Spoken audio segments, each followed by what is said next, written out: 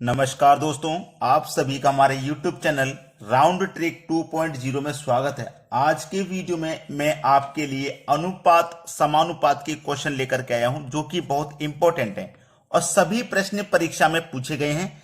अगर मैं ये प्रश्न की बात करूं, ये एसएससी 2017 में पूछा गया था। तो चलिए स्टार्ट करेंगे। पहला क्वेश्चन है, यदि 3/7 इंटू पी बराबर 4/11 इंटू पी है तो P तथा Q का अनुपात क्या है। अनुपात वाले क्वेश्चन है और अनुपात ही पूछ रहा है क्या है। देखो प्रश्न क्या है, 3/7, ठीक है, इंटू पी बराबर 4/11 है इंटू पी इंटू क्यू। ये हमारा सवाल है, ठीक है। अब P और Q का अनुपात पूछ रहा है। देखिए ध्यान रखना मेरी इस बात को जो मैं आपको बता रहा हूं। ये मेरे पास क्या है, P है ना, मैं इस P को इधर ही रखूंगा, ये रख लिया। और ये Q को जब मैं बराबर के इधर लेके आऊंगा तो P के बटे में Q आ जाएगा कि नहीं। तो इधर क्या बचा, 4/11 बचा। देखो ये P हो गया, Q को मैं इधर लेके आया बराबर के इधर तो बटे में Q आ गया। अब ये 3/7 है, ये इसको मैं बराबर के इधर लेके जाऊंगा, इधर लेके जाऊंगा तो ये संख्या पलट जाएगी, यानी कि 7 ऊपर आ जाएगा, बटे में 3 आ जाएगा। तो 4 का मल्टीप्लाई कर दो 7 से तो 4×7 28 हो जाएगा, है ना। और 11 का मल्टीप्लाई कर दो 3 से तो 11×3 33 हो जाएगा। तो इसका मतलब क्या है, P का अनुपात है 28, Q का अनुपात है 33। हमसे P और Q का ही तो अनुपात पूछा था, P Q का। तो P का कितना भाई 28 और Q का है 33। देखिए किस ऑप्शन में मिलेगा आपको, 28 33 सी ऑप्शन में मिल जाएगा। ये आपके सवाल का बिल्कुल सही जवाब हो गया। चलिए अब देखेंगे अगला सवाल। अगला सवाल है, ये सवाल देखिए 2007 में आया था, 2005 में भी आया था, 2012 में भी आया था। ये सवाल अभी तक 3 बार आ चुका है, बिल्कुल एज इट इज, जैसा है बिल्कुल वैसा ही। तो आगे भी आ सकता है, अभी भी रिपीट हो सकता है, ऐसी बात नहीं है। जब 3 बार आ चुका है तो और आगे भी आ सकता है। तो प्रश्न है, यदि A अनुपात B बराबर 3:4, B अनुपात C बराबर 5:7 और C अनुपात D बराबर 8:9 है तो अनुपात A अनुपात D क्या होगा। देखिएगा A, B, C और D। तो हमारे पास 4 व्यक्ति हैं, एक का नाम A है, एक का नाम B, एक का नाम C और एक का नाम D। इस तरीके से पहले आपको लिख लेना है इन्हें, ठीक है। चलो A का अनुपात कितना है 3, A का अनुपात 3 है, A के ही नीचे लिखेंगे। B का अनुपात 4 है, B के नीचे लिखेंगे, ठीक है, ये लिख लिया। अब देखो जब आगे चलोगे आप तो B का एक और अनुपात है 5, तो उसको भी आप B के ही नीचे लिखेंगे क्योंकि B का ही तो अनुपात है, तो B के ही नीचे लिखना है। C का अनुपात है 7, तो C के नीचे लिखना है, लेकिन यहां नहीं, ये दूसरी लाइन देखो स्टार्ट हो गई है ना, तो यहां लिखेंगे, ठीक है। अब आगे चलो, C का अनुपात एक और दिया गया 8, तो देखो C के ही नीचे लिखेंगे ना, C के ही नीचे लिखेंगे। C का अनुपात 8 है तो C के ही नीचे लिखोगे आप। अब D का अनुपात 9 है तो D के नीचे लिखेंगे, लेकिन ये तीसरी लाइन चालू हो गई है तो यहां लिखना है, ठीक है। अब देखो जो खाली जगह बच गई है ना, जैसे ये खाली जगह बच गई, ये खाली जगह बच गई, तो इसके बराबर वाली संख्या लिखेंगे। जैसे ये खाली जगह इसके बराबर में 4 है। अब बहुत से बच्चे कहेंगे इसके बराबर में 7 भी था नीचे, आपने 4 ही क्यों लिखा। तो देखिए ये जो लिखा है ना, ये क्षैतिज रेखा, इस तरीके से हम लिखते हैं, ये सही तरीका होता है। लंबवत नहीं लिख सकते, ये गलत। ऐसे लंबवत नहीं लिख सकते, ये गलत। ऐसे लिखते हैं।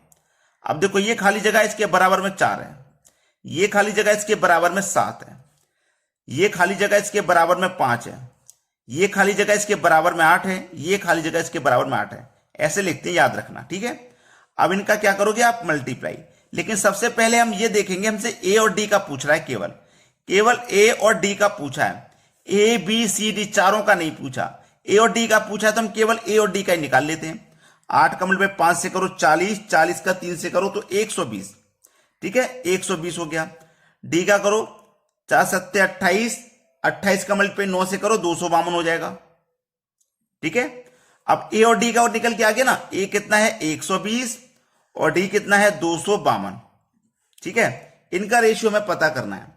तो चलिए अगर मैं 12 से कटाऊंगा ना तो 12 एकम 12 और 1 0, 12 दूने का 24, एक बच्चे का 12, 12 एकम 12, तो ये 10:21 आ गया। देखो ये किस ऑप्शन में है, 10:1 किस डी ऑप्शन में दिया गया है, यह सवाल का सही जवाब हो गया।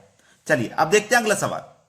अगला प्रश्न है, एक कंपनी ने महंगाई के समय में अपने कर्मचारियों को 5:3 के अनुपात में कम किया तथा औसत वेतन प्रति कर्मचारी 7:8 के अनुपात में बढ़ा दिया। ऐसा करने से कंपनी को 55,000 रुपए की बचत हुई।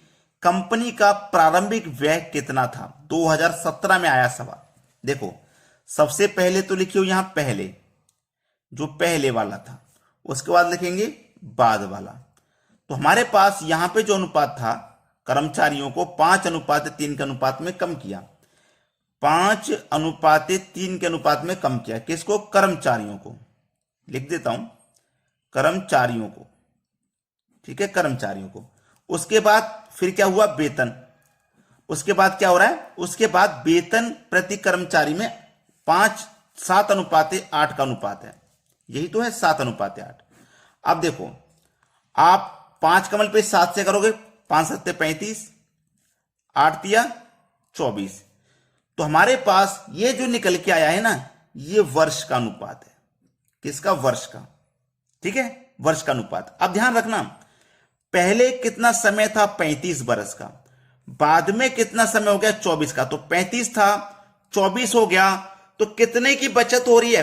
35 से 24 पे आप पहुंचोगे, कितने की बचत हो रही है? 11 की। और देखो रुपए में कितने की बचत हो रही है? रुपए में 55,000 रुपए की बचत हो रही है। तो 11 अनुपात बराबर 55,000 के। तो 11 की वैल्यू 55,000, तो 1 की वैल्यू 5,000। 1 अनुपात की वैल्यू हो जाएगी 5,000। तो आपसे पूछा प्रारंभिक व्यय कितना था? प्रारंभिक व्यय, पहले वाला खर्च। तो देखो पहले वाला कितना था दोस्तों? ये 35 है।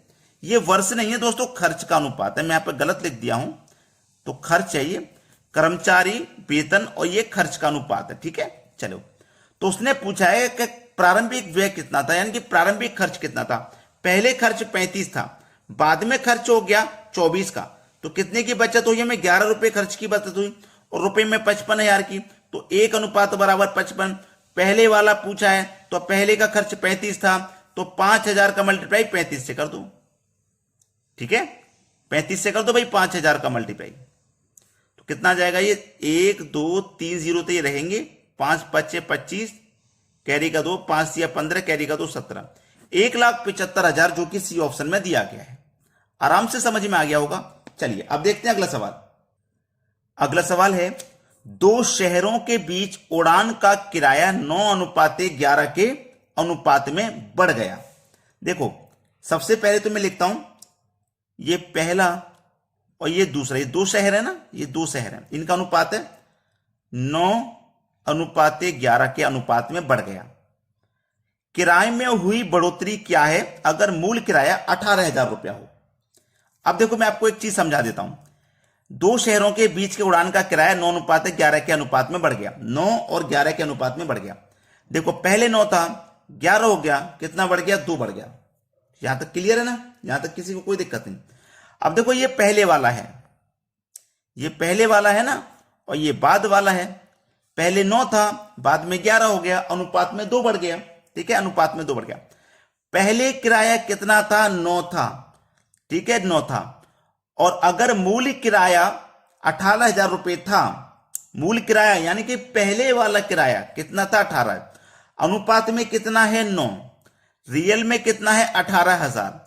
तो देखो 9 अनुपात की वैल्यू 18,000, 9 अनुपात की वैल्यू 18,000, तो 1 अनुपात की वैल्यू कितनी हो जाएगी? 2,000। जब 1 अनुपात की वैल्यू 2,000, तो 2 अनुपात की वैल्यू कितनी? 4,000। क्योंकि अनुपात में तो 2 बढ़ा है ना, तो रुपए में कितना बढ़ेगा? 4,000 बढ़ेगा। बढ़ेगा कि नहीं? ये आपके सवाल का बिल्कुल सही जवाब है, सी ऑप्शन। चलिए अब देखते हैं अगला प्रश्न। अगला प्रश्न है, एक कॉलेज में लड़के और लड़कियों का अनुपात 5:3 है। लड़के और लड़कियों का, लड़के यानी कि बॉय, लड़के यानी कि गर्ल, इनका जो अनुपात है वो 5:3 के अनुपात में। फिर बोला तथा लड़कियों और अध्यापकों का अनुपात 7:1 है। लड़कियों यानी कि गर्ल, अध्यापक यानी कि टीचर, इनका अनुपात हमारे पास 7:1। विद्यार्थियों तथा अध्यापकों का अनुपात क्या होगा? विद्यार्थियों यानी कि स्टूडेंट, अध्यापक यानी कि टीचर, इनका अनुपात क्या होगा? ये सवाल है। देखना प्रश्न को मैं जो समझाने वाला हूं ना, इस तरीके के प्रश्न में शायद आप कंफ्यूज हो जाएं। ध्यान से समझ लीजिए। यहां भी देखो गर्ल है इन दोनों में, और यहां पे भी गर्ल है। गर्ल है कि नहीं? कॉमन है। यहां पे 5:3 है, यहां पे 7:1 है। तो हमारे पास लड़के और लड़कियों का अनुपात 5:3 था, है कि नहीं? 5:3 था। अब देखो यहां पे कॉमन क्या है हमारा? ये तो हमारे पास पहले वाला रेशियो है। यहां कॉमन है हमारा 7। ठीक है भाई, देखो यहां भी गर्ल, यहां भी गर्ल, लड़कियां दोनों जगह। तो यहां पे लड़की का अनुपात 3 है, यहां पे 7 है। तो इस वाले अनुपात से, क्योंकि ये इसमें से यहां पे कॉमन है, तो 7 का मल्टीप्लाई इसमें भी कर देंगे, 7 का इसमें भी कर दो। तो 7 पंजे 35, 7 तिया 21 हो गया। ठीक है, अब यहां तक समझ में आ गई बात। अब देखो ये वाला रेशियो है और हमारे पास ये वाला रेशियो है ना, ये वाला रेशियो है। अब एक चीज समझ लीजिए, यहां पे क्या होने वाला है, प्रश्न को ध्यान से समझना कि ये मेरे पास लड़कियों की संख्या 21 हो गई, बॉय की संख्या मेरे पास 35 हो गई। इतना मुझे कंफर्म हो गया, लड़कियों की संख्या 35, लड़कियों की संख्या 21 है और लड़कों की संख्या 35 है। इतना जब कंफर्म हो गया है तो आप देखो क्या करोगे। उसने क्या पूछा था? अध्यापक और अनुपात, विद्यार्थी और अनुपात। विद्यार्थी मतलब स्टूडेंट, स्टूडेंट मतलब लड़का लड़की दोनों मिलकर के, लड़का लड़की दोनों को मिला के होगा कि नहीं होगा? लड़का लड़की दोनों को मिला के। अब देखो लड़का लड़की जब मैं दोनों को मिला लूंगा तो ये 35 लड़के हैं, ये 21 लड़कियां, दोनों को मिला लूंगा तो स्टूडेंट टोटल मिला के, लड़का लड़की दोनों मिला के कितने हो जाएंगे? 56 हो जाएंगे। अब देखो ये मेरे पास एक दूसरा अनुपात था, तो मैं इसमें किस संख्या से अनुपात करूं? मल्टीप्लाई करूं कि मेरे गर्ल यहां पे 21 है तो यहां पे भी 21 हो जाए। तो चलिए 3 से मल्टीप्लाई करूंगा। अगर मैं 3 का मल्टीप्लाई 7 से करूंगा, 3 7 21 हो जाएगा, और 3 का मल्टीप्लाई 1 से करूंगा तो 3 हो जाएगा कि नहीं? तो देखो लड़की यहां भी 21 है, लड़कियां यहां भी 21 है। अब यहां पे देखो कॉमन में आपको पहले ही बता दिया, गर्ल यहां पे भी है, गर्ल यहां पे भी है। इस लड़की के अनुपात से इन दोनों में मल्टीप्लाई कर दिया और इस लड़की के अनुपात से इन दोनों में मैंने मल्टीप्लाई कर दिया। आ गया? तो टीचर कितने मेरे पास? 3। तो जो अनुपात होगा ना वो टीचर मेरे पास 3 होगा। तो 56:3 हो जाएगा, जो कि मेरे डी ऑप्शन में है। तो आपको करना क्या रहता है? लड़का लड़की दोनों को आपने जब मिला लिया तो आपको पता चल गया कि मेरे पास 56 है, स्टूडेंट 56 है। इस लड़की के अनुपात से इन दोनों मल्टीप्लाई किया, इस लड़की के अनुपात से इन दोनों मल्टीप्लाई कर दिया, आसानी से पता लग जाएगा आंसर। चलिए अब देखते हैं अगला सवाल।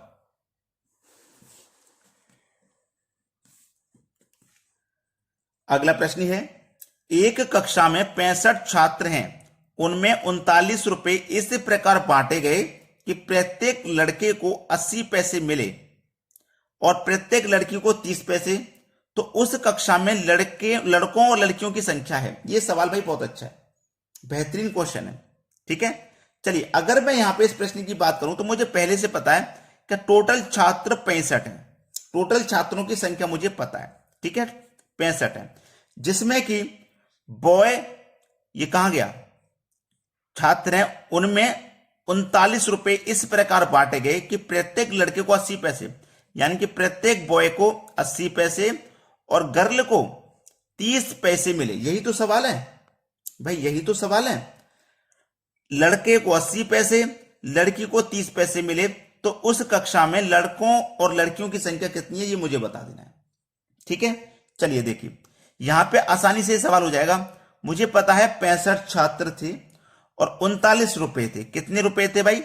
39 रुपए को मुझे 65 छात्रों में बांटना है, तो 65 से डिवाइड करना होगा और 100 से क्या करना पड़ेगा? मल्टीप्लाई करना पड़ेगा। ठीक है, चलिए अब मैं इसे कटा सकता हूं।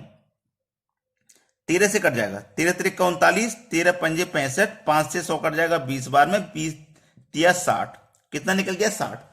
तो जो एवरेज वैल्यू है ना वो 60 निकल के आगे। अब एलिगेशन मेथड के अनुसार क्रॉस अंतर हो जाएगा इसमें, 30 और 60 का अंतर 30, 80 और 60 का अंतर 20। ठीक है, तो देखो इसे आप कटा लोगे 0 से 0 तो 3:2 आ गया। भाई 0 से 0 आप कटाओगे तो 3:2 आ गया। छात्र कितने थे? 65 छात्र थे। कितने छात्र थे भाई? 65 छात्र थे।